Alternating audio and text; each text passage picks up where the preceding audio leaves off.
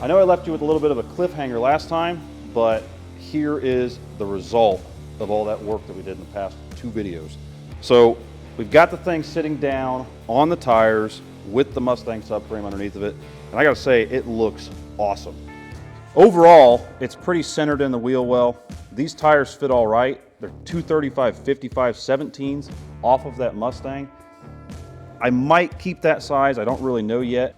Now, the bounce test shows that it all works pretty well. No weird creaks, no odd flexes.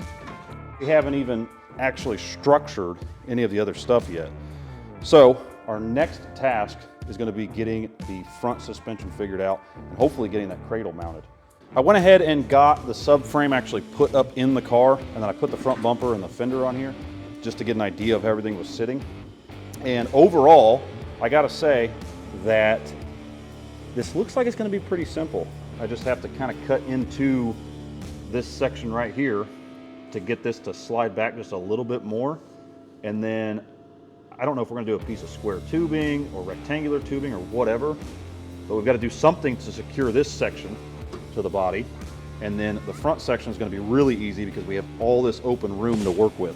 I mean, we can build off of here with plates that come out and then straighten out here and have a flat bottom. We can do whatever.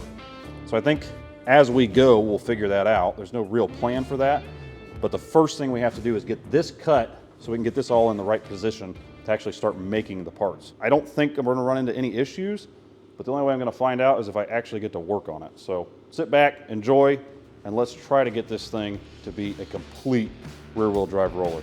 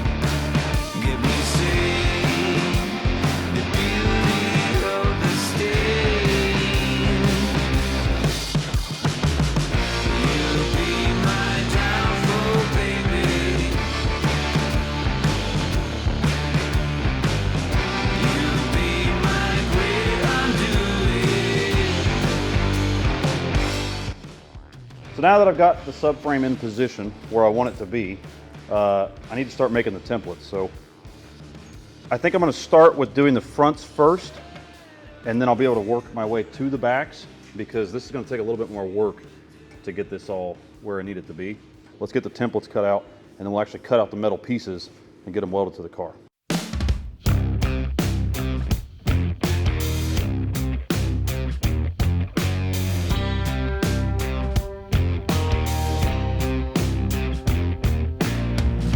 Snow, red sky, reach out for so high, blue eyes, fake cry, beware of the fox tonight.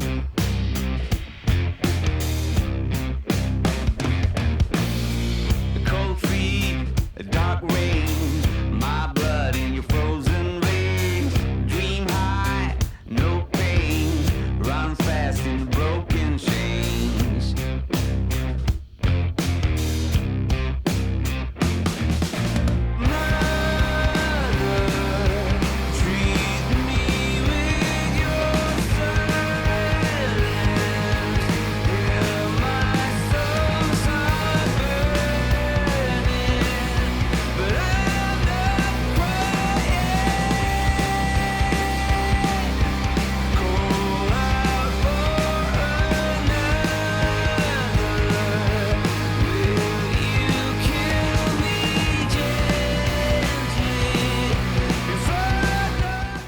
obviously there's still a few more things that we got to do.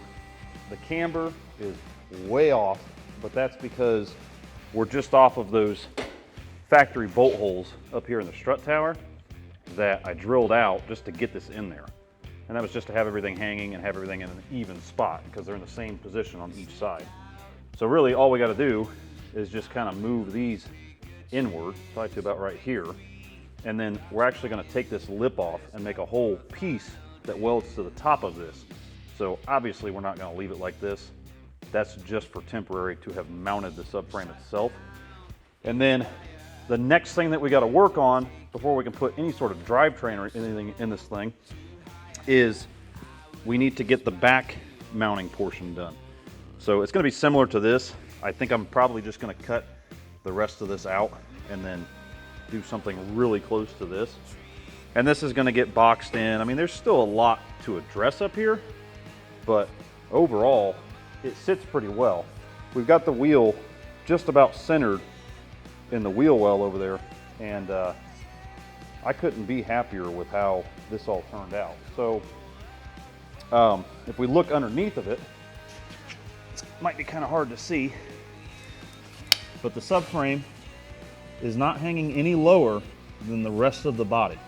It's actually pretty much straight with the rest of the body.